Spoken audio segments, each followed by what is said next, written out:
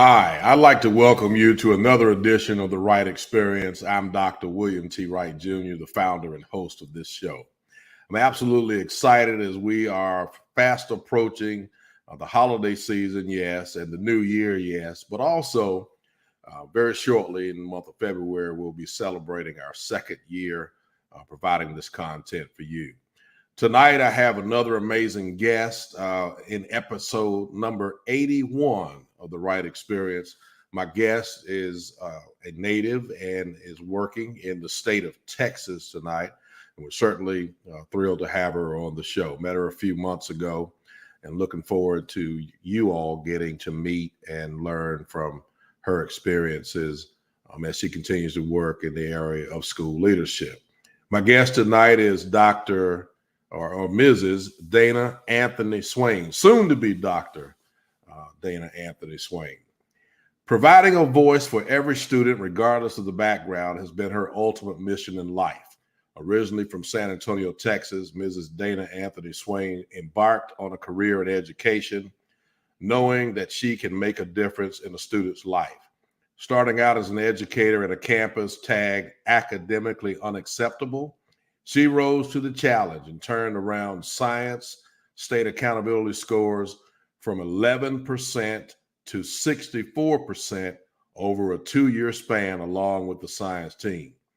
She started her teaching career as being named the Rookie of the Year teacher and ended her teaching career by being named Teacher of the Year. And for her dedication and willingness to do whatever it takes for all children, she was awarded with those honors. Making the most of opportunities, Mrs. Anthony-Swain was named principal of an alternative high school titled Excel Academy in 2016, where students were provided opportunities they may not have had and access to in a traditional high school setting. Under her leadership, the schools saw a sharp reduction in discipline referrals by more than 50%. They increased attendance by 10%. And they implemented the PBIS strategies with success and turned the school around from what would be considered an F rating. She then had the opportunity to lead a middle school where she was able to serve for 5 years from 2017 until 2022. During that time, she was able to maintain the school's status as an avid national demonstration school and a national school to watch.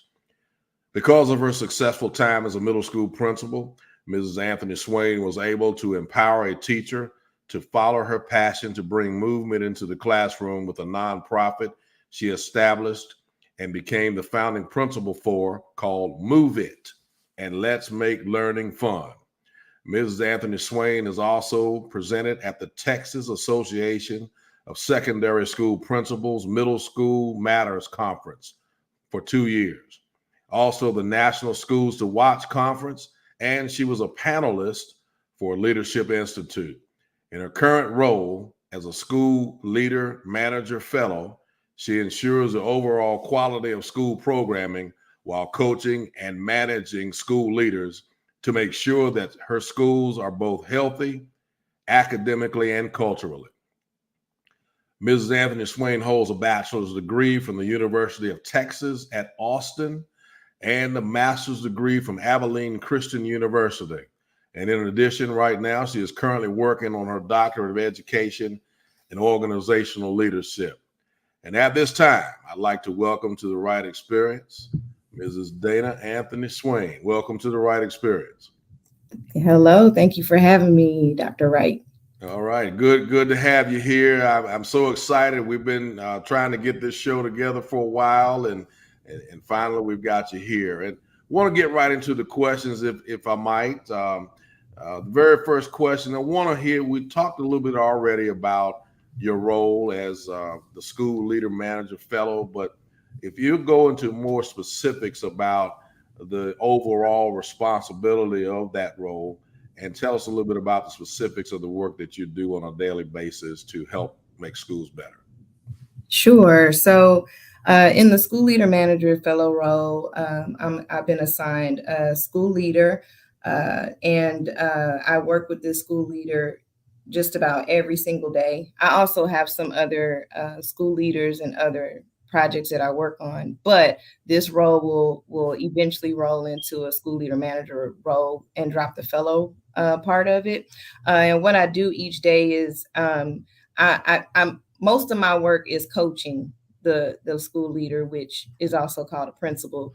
And so in that work, we walk classes together. We do instructional rounds where we go into classrooms and collect data on what we're seeing in the classroom, making sure that the teacher is modeling lessons, that they have an exemplar in hand, that they should have planned ahead of time to make sure that they have something to look at while they're teaching. And especially now, having so many new teachers to the profession, having an exemplar and being well planned is really important. And so we inspect a lot of what is expected. The school leader is expected to do that, but I do that as well as the manager. I look at artifacts. I go into lesson planning folders and look at how teachers are annotating their lesson plans and internalizing lesson plans to prepare for teaching. And then I give the principal's feedback on what I see, and then I ask questions, and we meet regularly to look at the school data. The goal for me is to make sure like we don't have a high rate of chronic absenteeism, that we have decent ADA at the schools that I support, that the students are performing well on assessments, and if they're not, questioning the principal and seeing what their plans are, and just like having being real close to what's going on in schools. We don't sit in offices. We are in the schools, and we are right there side by side, so our principals do not feel like they are alone at any point. So how many schools are you serving in your role?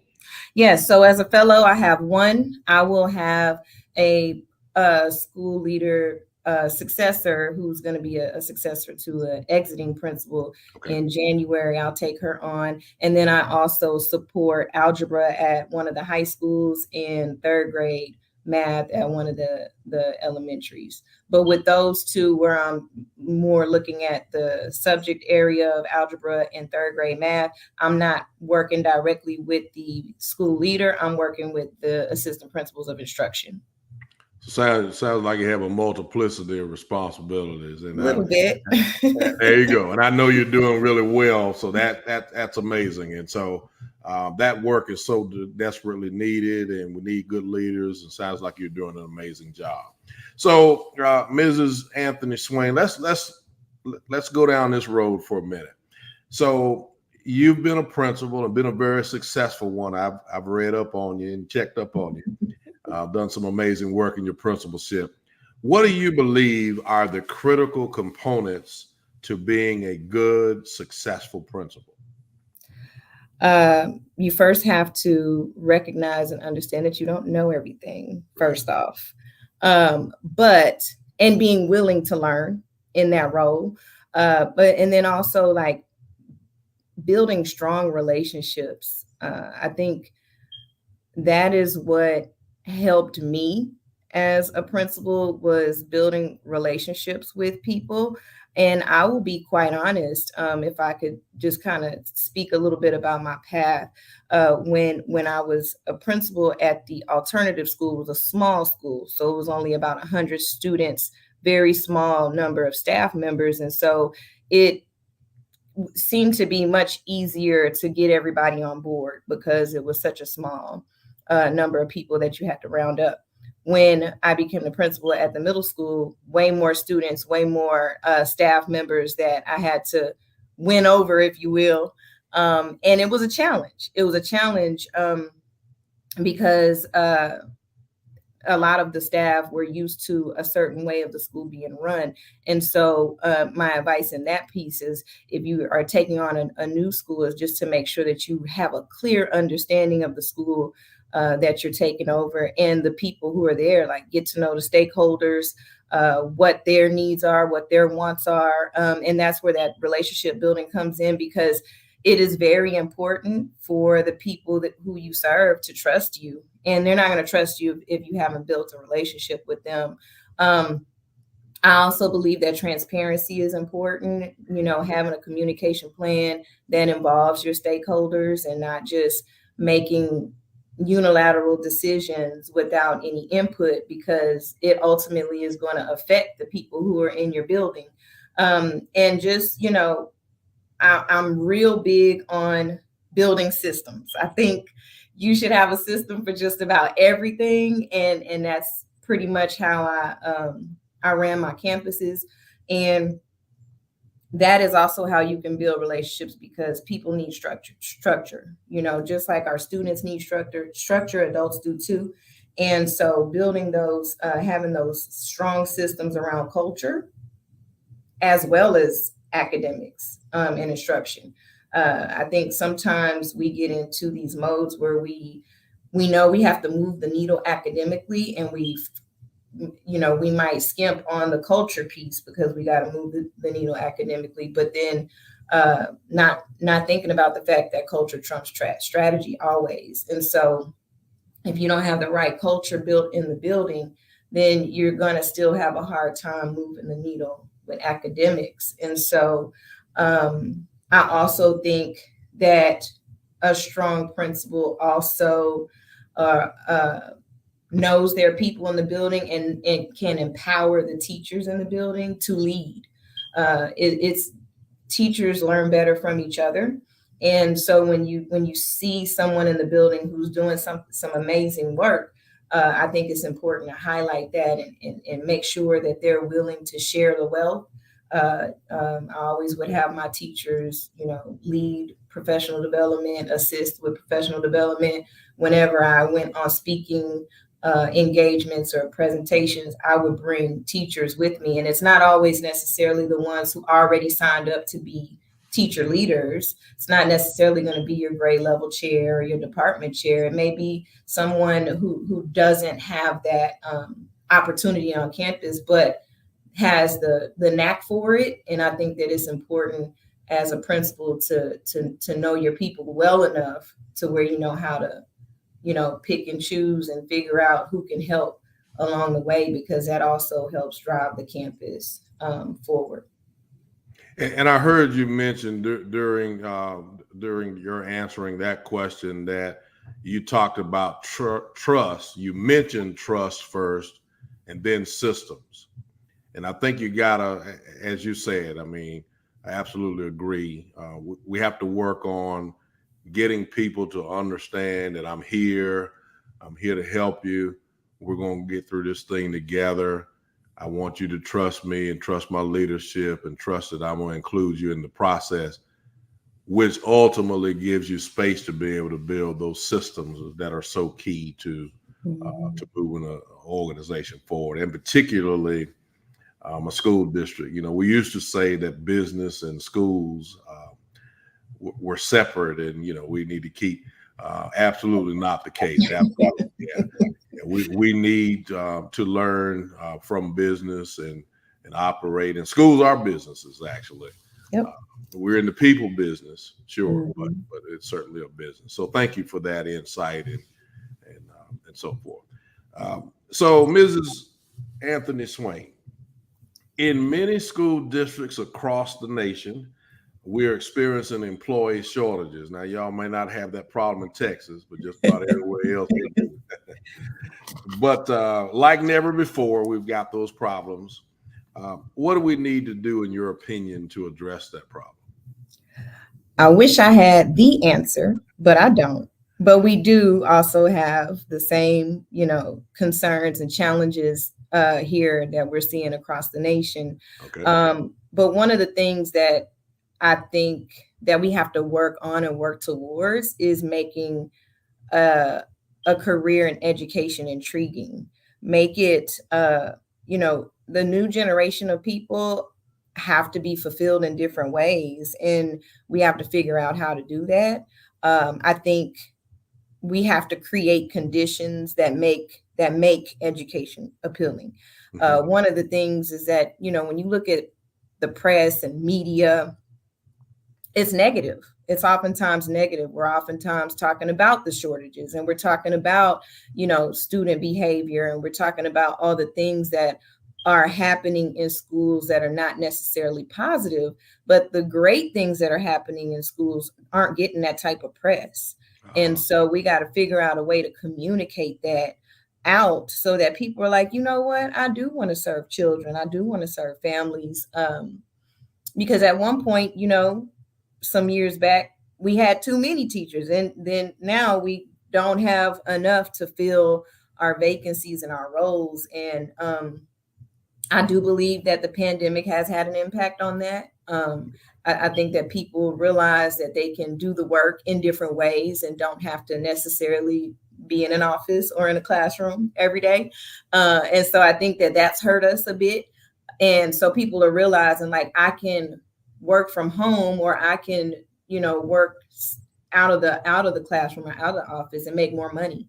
And pay is a factor, I would say, because of the demands of the position. There's a lot of demands in the position, and especially for teachers, lesson planning. Then you also have discipline management and all those things. But I don't think that it's pay alone. I think that it's pay coupled with job satisfaction and creating those conditions to make people feel like that's what they want to do. This is where they want to be. Because of course we all want the best people in front of our children every single day. And, we don't want anyone to have a position or a role in a school that is just there to collect a paycheck. We want people there who know that these children are like literally our future. It's not cliche, that's real. and we have to build them up. And so we have to have the right people in place. But in order to have the right people in place, we have to make education appealing. But that means that we have to reimagine the way that we do the work. We are still, in my opinion,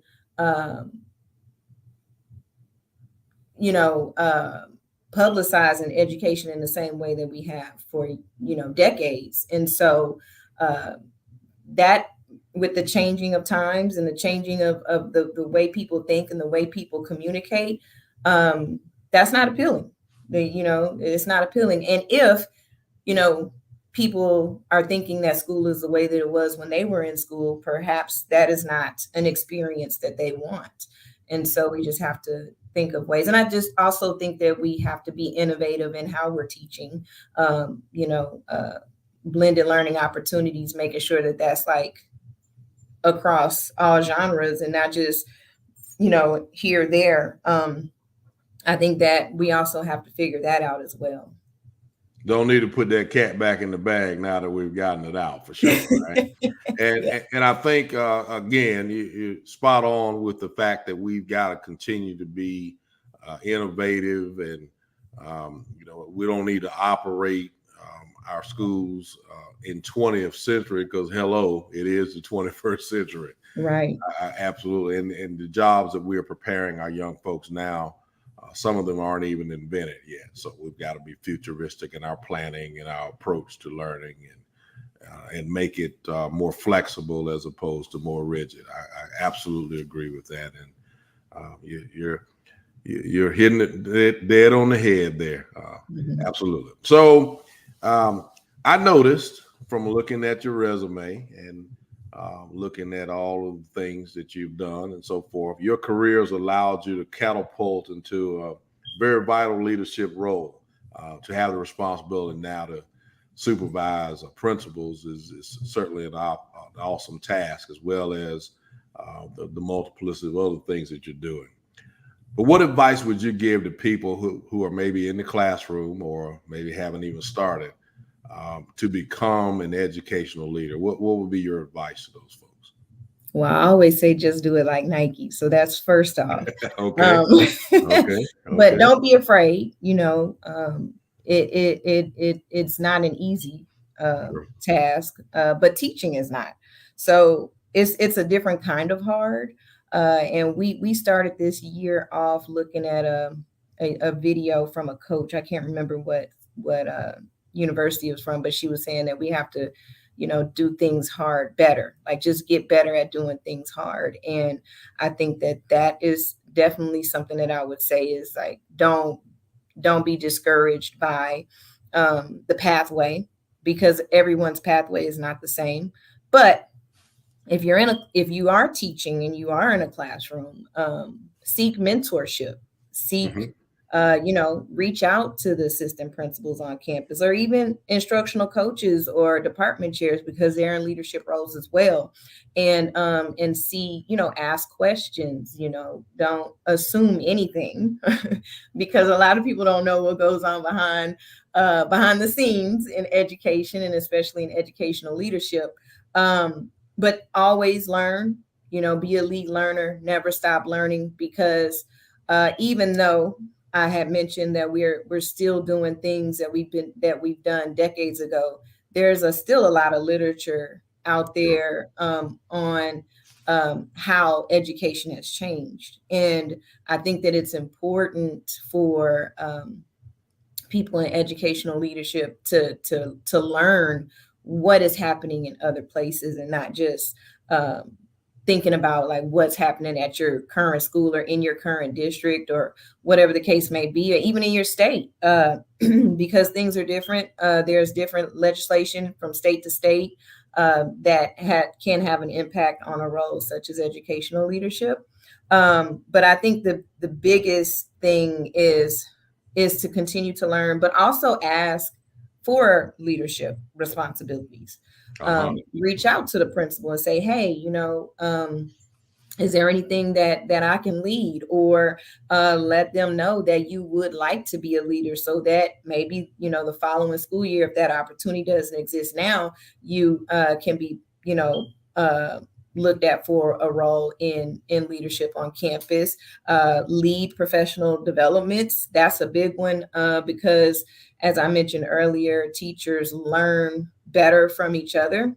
And I Mhm. believe that part of that is because they trust each other in a different way than they do administration. And so, for a teacher to lead professional learning, I think that also puts them in the seat to kind of because we have to present professional learning. So you got to learn how to present as you are moving in a path forward to become a school, a leader in whatever capacity that is. It doesn't necessarily have to be a principal. It could be, some people love being assistant principals. Some people want to deal with operations only. Some people want to just go the instruction and academics track and be instructional coaches and coordinators, whatever the case may be, whatever the pathway is. Seek out that person, that mentor, that can help you along the way, and that, is seasoned enough to where they can give good advice.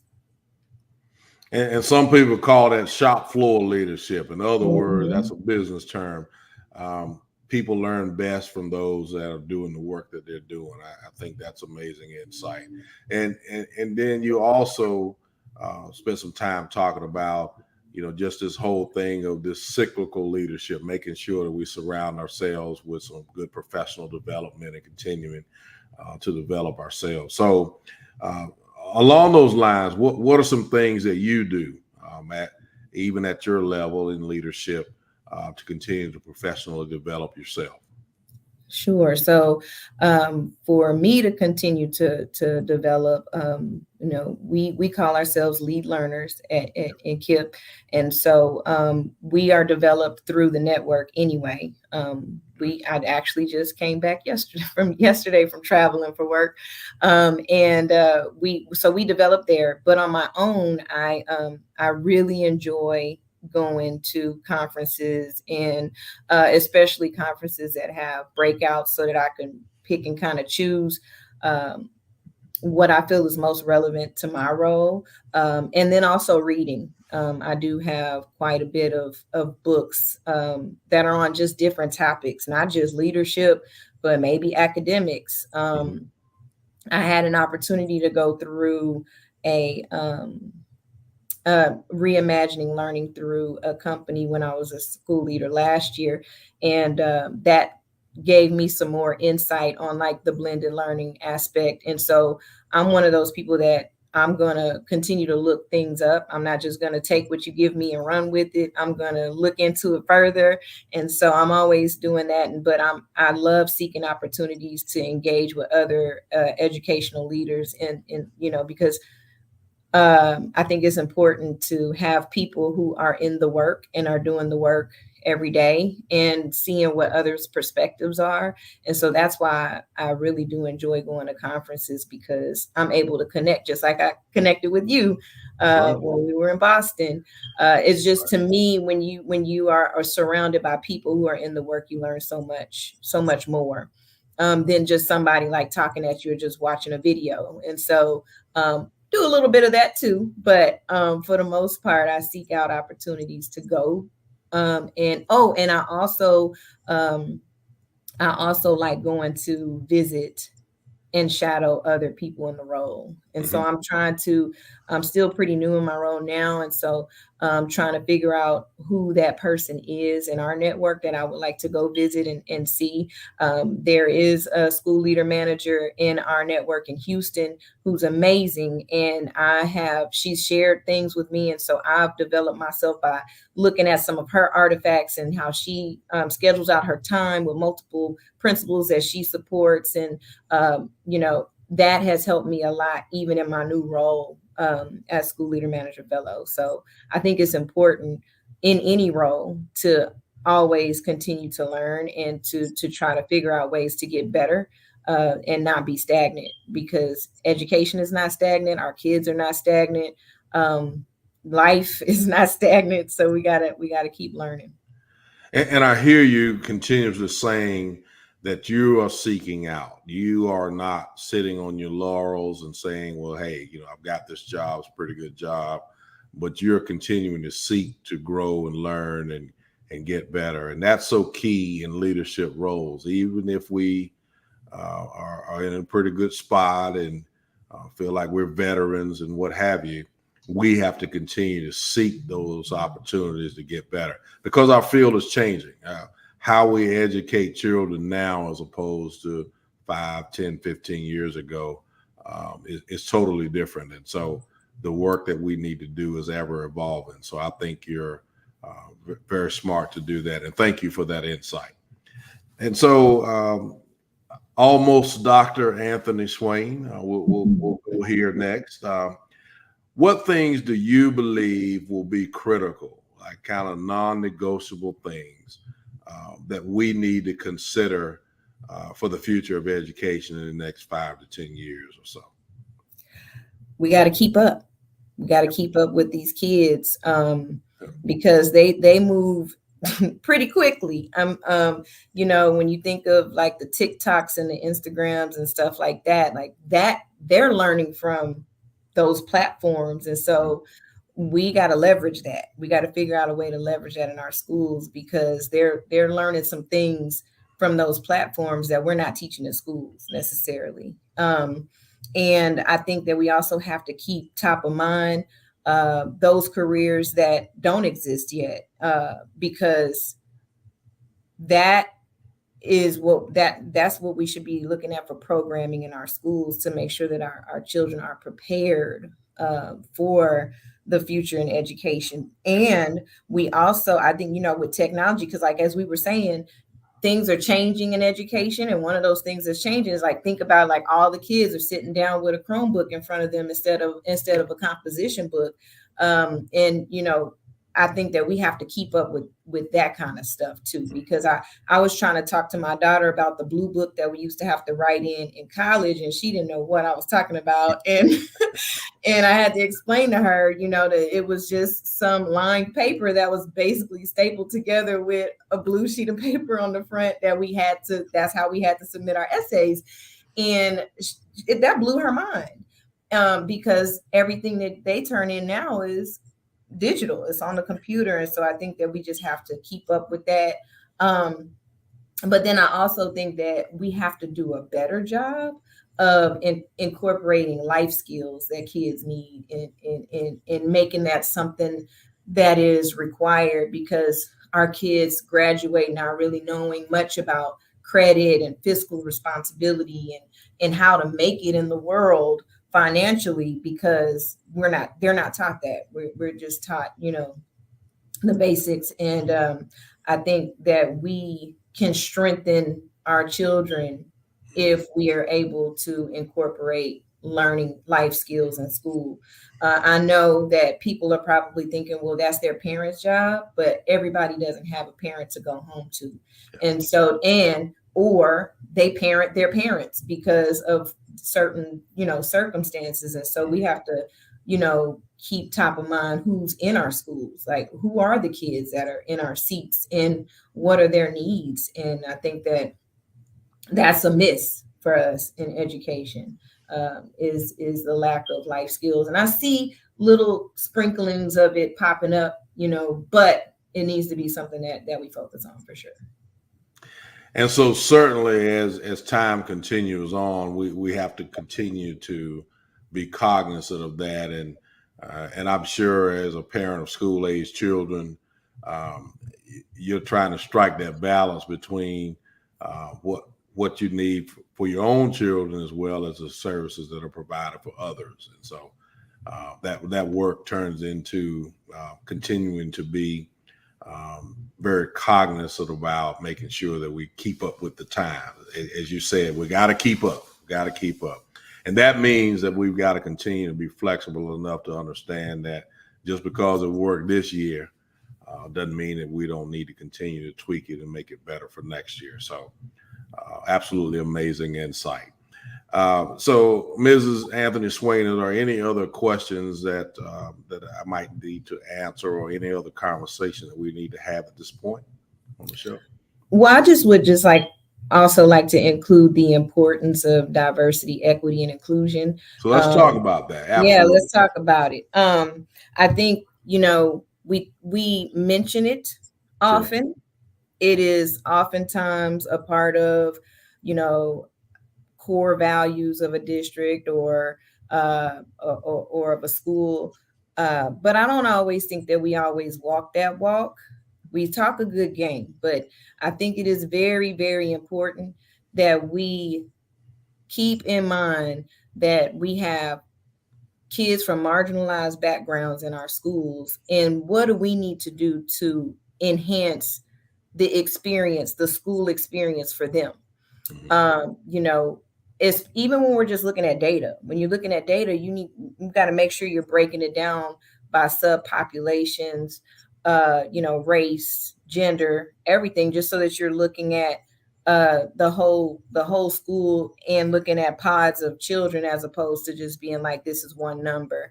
And I think it's just important that instead of us talking about diversity, equity, and inclusion, that we are truly, truly living in that, and making sure that if somebody says something that's off kilter, that we're stopping them in their tracks, because our kids deserve it. Parents leave their world with us every single day. So every child in every building should be treated with the utmost respect and equally to everyone in the building. And I firmly believe that. And I also believe that representation matters. And that is why I am where I am today, because I grew up in an environment where most of my educators look like me. And so, I think that also has an impact on getting teachers in the building, is whatever, like I said, whatever their experience was growing up. But I think that, we as school leaders and leaders in education, our role is to retain and recruit, and we got to make sure that we are making the job appealing to people that look like our children. And we can't just talk about it, but we got to be about it. I think is what I hear you saying also. And then the whole implementation of the work, we can put it on a piece of paper. We can look at it 10 times and all of that, but it's all about the implementation of the insistence that diversity and inclusion is a part of our daily lives. And that shouldn't matter whether or not you're a country black guy from North Carolina or a sister from Texas. We ought to have the same opportunities as everyone. So thank you for sharing that with us. Mrs. Anthony-Swain, if you hold on, we'll come back and close out the show in just 1 minute. My guest next week on the Wright Experience will be Dr. Baron Davis. Dr. Davis is the superintendent of Richland 2 schools in the state of South Carolina.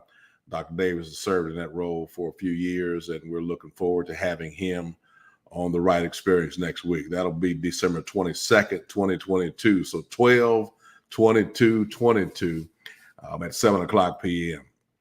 Also, I'd like to take this opportunity to ask you to continue to spread the word about this work that we're doing. We are excited about the future of this show and the work that we're doing.